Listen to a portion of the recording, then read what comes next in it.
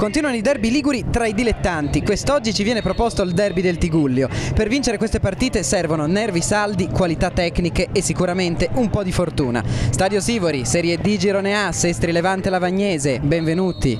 Ottavo minuto, subito ospiti in attacco, lancio filtrante per Amirante che tenta di segnare incrociando il tiro, fuori di poco. 22esimo, primo acuto dei padroni di casa, palla per Firenze, tacco delizioso per Longobardi che fa partire un ottimo tiro, di poco fuori. 33esimo, la svolta, tiro dalla distanza, Parma para ma sulla ribattuta Longobardi viene steso in area, rigore ed espulsione per Rusca.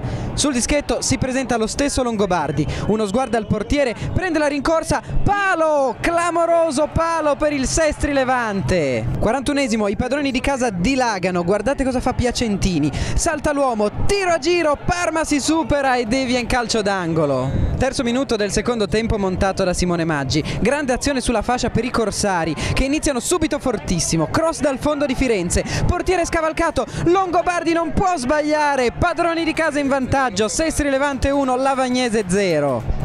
20esimo del secondo tempo, l'asse Firenze-Longobardi è vincente, l'intesa perfetta. Pallonetto delizioso di Firenze per Longobardi che in torsione perfetta riesce a beffare Parma. Grandissima doppietta del numero 9 Corsaro che si fa perdonare il rigore sbagliato. 33esimo del secondo tempo, primo acuto dei bianconeri, Amirante in aria, riesce a girarsi, beffando il difensore, fa partire un siluro perfetto, incrocio dei pali, sfortunato l'ex Savona. Partita finita? Assolutamente no.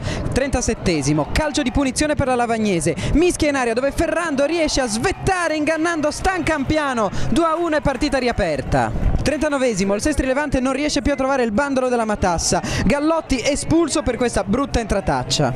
41esimo, acuto di Dolce, palo, poteva chiudere la partita, che sfortuna per il Sestri Levante.